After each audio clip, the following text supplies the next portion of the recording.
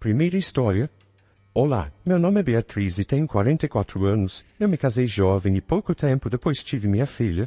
Os anos seguintes foram de um casamento conturbado, mas meu marido e eu acreditávamos que poderíamos fazer o casamento dar certo e fizemos sinceras tentativas ao longo de vários anos.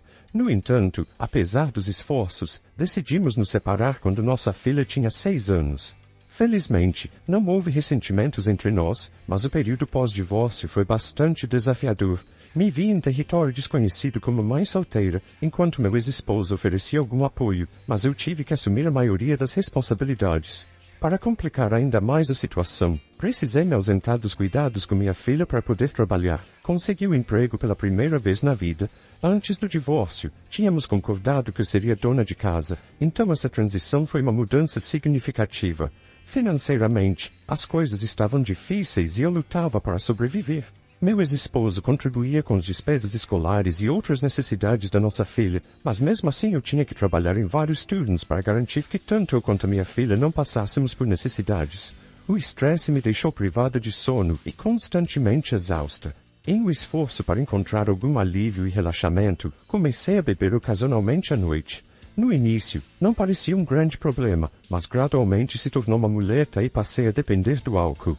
Alguns anos depois, meu ex-esposo me surpreendeu com a notícia de que tinha pedido uma namorada que eu nunca tinha ouvido falar em casamento. Essa revelação me atingiu fortemente e não pude deixar de sentir certo amargor. Parecia que ele estava avançando para começar uma nova família e desfrutar da felicidade, enquanto eu continuava a lidar com as responsabilidades de ser mãe e com trabalho exaustivo. Nossa relação pós-divórcio tinha sido amigável até esse ponto, mas com a notícia do noivado, as tensões começaram a surgir.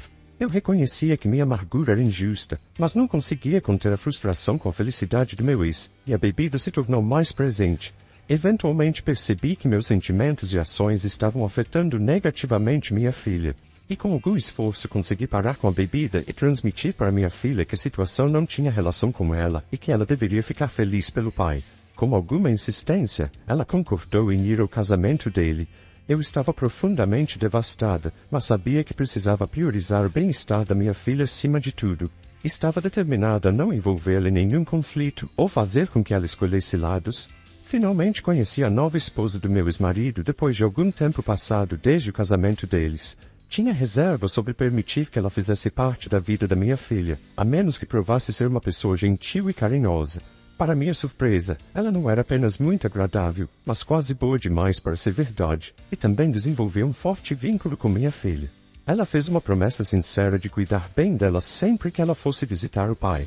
Inicialmente, minha filha passava os fins de semana na casa do pai, mas, com o tempo, começou a ficar lá com mais frequência, especialmente após o novo casamento.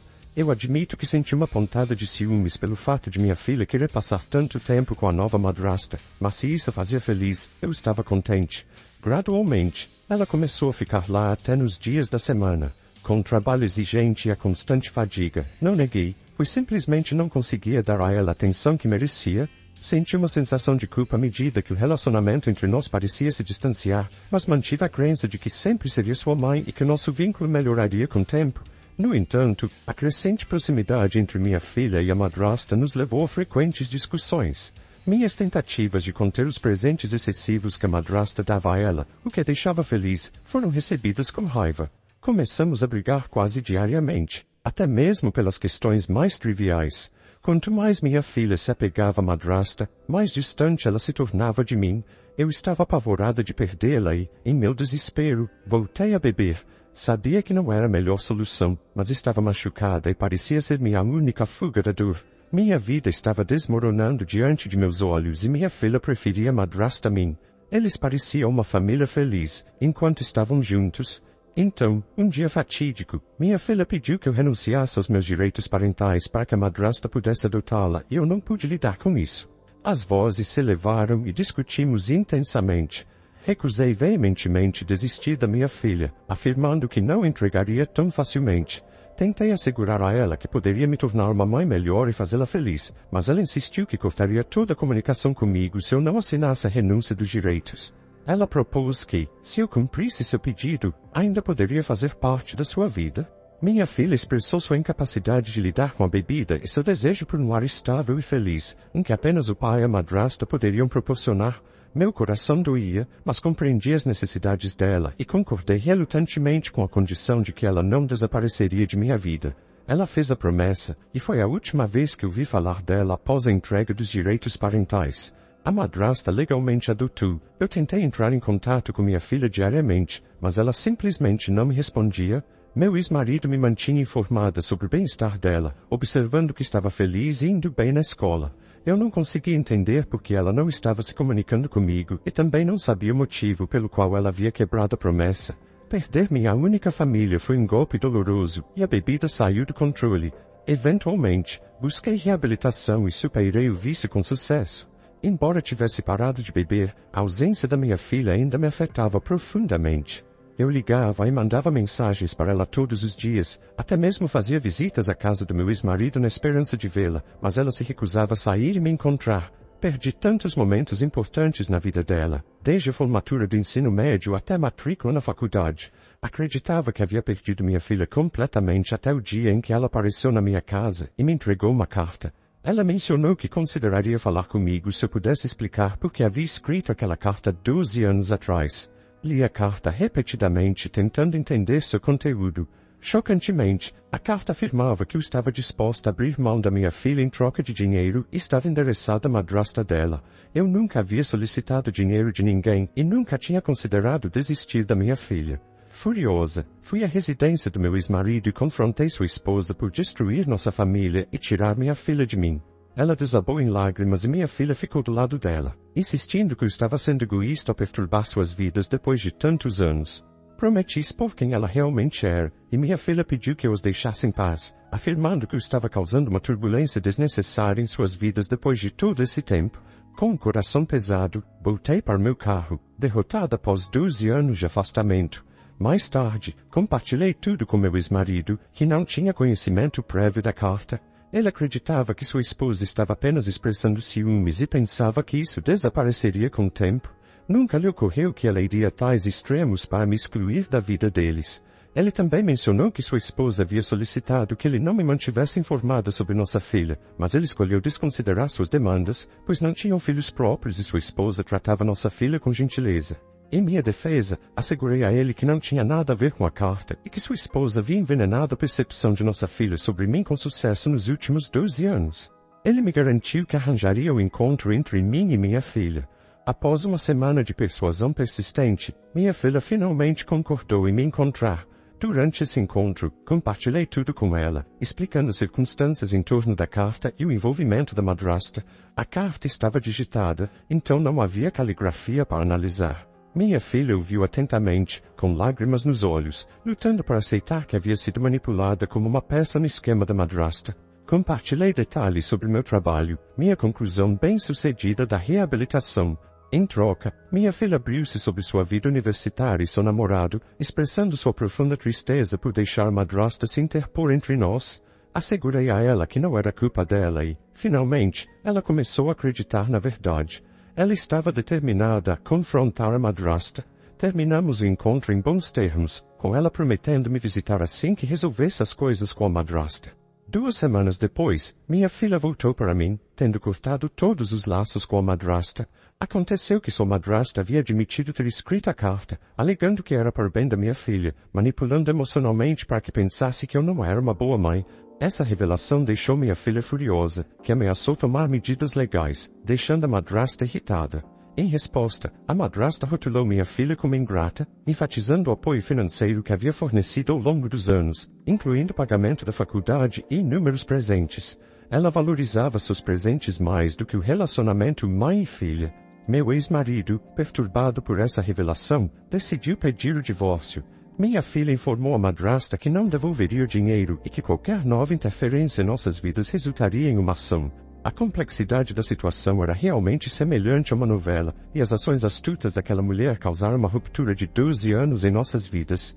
Ficou claro que seu comportamento manipulador teve um impacto significativo em minha filha e em nossa família. Após esse calvário, nos desculpamos mutuamente, decidindo deixar o capítulo sombrio para trás e começar de novo. Meu ex-marido e eu, agora divorciados, reatamos nossa amizade e estamos mais próximos de ser a família feliz que sempre desejamos. Segunda história. Sou uma mulher de 27 anos e cresci em uma família muito conservadora. Ou melhor, misógina. O único critério para ganhar afeto na minha família era ser homem. Eles mantinham crenças antiquadas e arcaicas, enfatizando a importância de preservar a linhagem e manter a pureza da família. Meu avô paterno, um defensor fervoroso dessas ideias, nunca gostou de mim. Infelizmente, eu não tinha irmãos, mas tinha um irmão de consideração chamado Joseph, que tinha 22 anos. Joseph entrou em nossa família através do segundo casamento do meu pai com Sofia. O vovô enchia Joseph de amor, apenas porque ele era um menino, e como resultado, meu próprio pai começou a me negligenciar, favorecendo a criança que precisava de mais atenção. A única figura paterna que restava na minha vida era minha avó carinhosa, que havia suportado uma vida desafiadora com seu marido autoritário. Após a morte da minha avó, senti-me desconectada do resto da minha família e tornei-me uma mera espectadora dos seus assuntos. As coisas chegaram ao ponto de ruptura quando me formei no ensino médio e pedi ajuda financeira para a faculdade. Meu pai recusou categoricamente, dizendo que precisava economizar para Joseph. Nossa família era rica, e meu pai tinha recursos significativos à sua disposição. Ele poderia facilmente financiar as nossas duas educações. Desesperada, recorri ao meu avô, perguntando se havia algum apoio disponível para as minhas despesas universitárias. No entanto, sua resposta foi desanimadora. Ele afirmou que mulheres nem trabalhavam nem herdavam, então buscar uma educação era uma perda de tempo. Ele deixou claro que deixaria toda a sua herança para Joseph, não me deixando nada. No meu ponto mais baixo, decidi cortar laços e me mudar. Peguei empréstimos, trabalhei em vários bicos e consegui me sustentar enquanto estudava, mantendo boas notas. Cortei contato com minha família e senti um enorme alívio. Embora a jornada tenha sido difícil, tive momentos de dúvida e noites em que questionei minhas capacidades, mas perseverei, construí uma rede sólida de amigos que me apoiaram, e consegui um emprego bem remunerado imediatamente após a faculdade. Já estou no mercado de trabalho há mais de 4 anos, experimentando um crescimento profissional e financeiro substancial. Ele precisava de dinheiro. Sabendo que eu havia sido bem-sucedida por conta própria, ele argumentou que, como família, era meu dever ajudá-lo financeiramente. Perguntei sobre a situação financeira do meu pai e sugeri que ele pedisse ajuda ao vovô, considerando a considerável riqueza deles. Ele revelou que o negócio da família havia enfrentado uma queda alguns meses após a minha partida e nunca se recuperou. Em resposta, disse a ele que a vida poderia ser desafiadora, mas eu consegui navegar por ela aos 18 anos, começando com muito pouco, e ele também poderia? Sua resposta foi chorosa enquanto implorava para que eu reconsiderasse, mas escolhi bloqueá-lo. Isso marcou o fim do meu contato com eles, e desde então, vivi uma vida pacífica. No entanto, há 2 dias, recebi uma ligação da minha madrasta, Sofia, pedindo que eu fosse até lá porque meu avô havia falecido há uma semana e eles queriam reunir toda a família. Expressei minhas condolências e me desculpei por não me sentir parte da família há muito tempo. Questionei o motivo de me chamarem uma semana após sua morte. Ela me ligou novamente ontem, enfatizando a necessidade de conversar. Aparentemente, veio à tona que meu avô estava financeiramente arruinado e a herança que ele havia alegado ter, na verdade, era da minha avó. Ele havia assumido erroneamente que era dele, pois sua esposa submissa nunca revelou a verdade a ninguém. Ela fez um testamento que proveria para ele após sua morte, mas uma parte significativa de seus bens, incluindo os R$2.600.000 que meu avô havia se vangloriado, era destinada a mim. Meu pai, Joseph e Sofia ficaram sem nada, e essa revelação só veio à tona após a morte do meu avô. Agora, eles perderam tudo e a casa era minha. Sofia sugeriu que nos uníssemos como uma família durante esses tempos difíceis, mas lembrei-a de que enfrentei tempos difíceis sozinha durante a maior parte da minha vida e ninguém esteve ao meu lado. Deixei claro que não tinha intenção de ajudá-los. Já havia contatado um advogado para entender os detalhes legais da situação. Embora sentisse uma certa satisfação por ver que o karma havia os atingido da maneira mais dura, não pude deixar de sentir um pouco de pena deles, pois foram completamente pegos de surpresa e teriam que recomeçar do zero, dado a perda do negócio da família. Joseph não era filho biológico do meu pai, ele era filho apenas de Sofia. Meu pai e Sofia não têm filhos biológicos próprios. O vovô favoreceu Joseph simplesmente porque ele era homem. Faz aproximadamente 2 semanas desde que minha família e eu tivemos algum contato, Presumi que as coisas haviam se acalmado e que eles haviam aceitado sua situação. No entanto, a partir de ontem, comecei a receber mensagens odiosas do lado da família do meu pai. Embora não tivéssemos contato há anos, esses textos insinuavam que eu deveria fazer melhor, enfatizando o dever das filhas de cuidar de seus irmãos e pais, deixando-me perplexa quanto às suas intenções. Decidi entrar em contato com um primo com quem ainda mantenho boas relações para descobrir o que estava acontecendo. Ele me informou que Joseph havia contatado todos e estava contando uma história melodramática, alegando que eu os havia enganado e manipulado nossa avó durante toda a minha vida para garantir seus bens. Sua história não tinha nenhum fundo de verdade, mas surpreendentemente muitos membros da família ficaram do lado do garoto de ouro e espalharam as mensagens amplamente. Em resposta, reuni capturas de tela dessas mensagens e as compartilhei na minha página do Facebook. Apontei que, já que foram tão rápidos em julgar, deveriam ter se mobilizado e me ajudado quando eu estava lutando sozinha e praticamente vivendo sem um teto. Lancei um ataque contra todos eles. Em seguida, bloqueei seus números de telefone. Geralmente evito drama, mas não pude tolerar ser culpada por algo que não foi minha culpa. Eles não receberão um centavo da herança da minha avó, especialmente depois da manobra que realizaram. Embora não me sentisse completamente vingada, descobri um reservatório inesperado de raiva e ressentimento dentro de mim. O incidente com minha família extensa parecia ter liberado essas emoções reprimidas e agora não consigo contê-las. Após consultar meu advogado e revisar o testamento, decidi despejar meu pai e sua família da casa. Como meu trabalho permite o trabalho remoto, é mais eficiente trabalhar de casa e essa mudança também me ajudará a economizar dinheiro. Enviei-lhes um aviso de despejo, dando-lhes um prazo de 2 meses para encontrar outro lugar. A resposta a essa bomba foi nada menos que furiosa, com uma enxurrada de chamadas e mensagens inundando minha caixa de entrada. Tenho certeza de que estão espalhando calúnias nas redes sociais, mas não tenho acesso. Honestamente, não me importo. Estou apenas ansiosa para viver na casa da minha família, que é meu único apego, junto com as boas lembranças da minha avó. Eu a amava imensamente por cuidar de mim. Decidi buscar terapia, reconhecendo que reagir dessa maneira é prejudicial ao meu bem-estar. Embora eu goste de ser mesquinha com eles, entendo que tenho muitos traumas não resolvidos das minhas experiências de vida e é melhor processá-los e enfrentá-los, em vez de mantê-los reprimidos. Eu não devo nada à minha família. Pretendo aproveitar minha casa, meu dinheiro e minha vida, pois realmente acredito que mereço.